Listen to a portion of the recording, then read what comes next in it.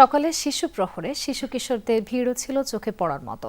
বসন্ত আর ভালোবাসার রং মিশে রঙিন হয়ে উঠেছে বাংলা একাডেমি ও সোহরাওয়ার্দী উদ্যান। বাঙালির মনে অন্যতম রোমান্টিক এই দিনের ছোঁয়া লেগেছে অমর একুশে বইমেলায়।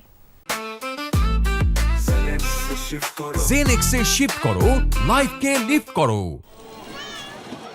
ছুটির দিন হওয়ায় আজ বইমেলায় সকাল 11টা থেকেই শুরু হয় শিশু প্রহর।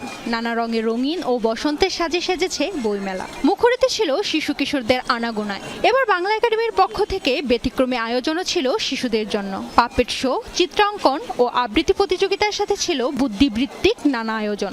এই পাপেট শোটা এটাতে অনেক আনন্দ পেয়েছি, পরে আমরা ছবি তুলেছি। এর আগে সিসিমপুর দেখেছিলাম, এবার পাপেট দেখেছি, তাই একটু নতুন নতুন ফিলিংস হচ্ছে। বইমেলায় বই কিনতে ভালো লাগে, ড্রয়িং করতে ভালো লাগে। সিসিমপুর হচ্ছে না, তাই জন্য আমার খারাপ লাগছে। অভিভাবকরা বলছেন সিসিমপুর না থাকায় শিশুরা কিছুটা হতাশ হয়েছেন, তাই তাদের বই ও মেলামুখী করতে সিসিমপুর সহ অন্যান্য উদ্যোগ চালু রাখার আহ্বান তাদের। মোবাইলের আসক্তি থেকে বের করে যেন সবসময় বই পড়ে। বাংলা সংস্কৃতির সাথে বাচ্চাদের পরিচয় করে দেওয়ার জন্য বইমেলাটা একটা অন্যতম মাধ্যম। পাপেট শোটা দেখলাম, এখানে শিক্ষণীয় অনেক কিছু আছে। বেলা 1টায় শিশু প্রহর শেষেও বইমেলায় ছিল সাধারণ পাঠক দর্শনার্থীদের ভিড়। বসন্ত ও ভালোবাসার ছোঁয়ায় রঙিন হয়ে যায় মেলা প্রাঙ্গণ। শুধু দর্শনার্থীরাই নয়, বাসন্তীর সাজে নিজেকে সাজিয়ে তুলেছেন স্টলগুলোর বিক্রয় কর্মীরাও।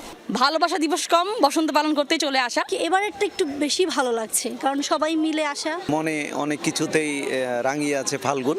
এদিকে সকাল থেকে পাঠকদের ভিড় থাকলেও বেচাবিক্রি আশানুরূপ হয়নি। বিকেলে বেচাবিক্রি বাড়বে বলে প্রত্যাশা স্টল মালিকদের।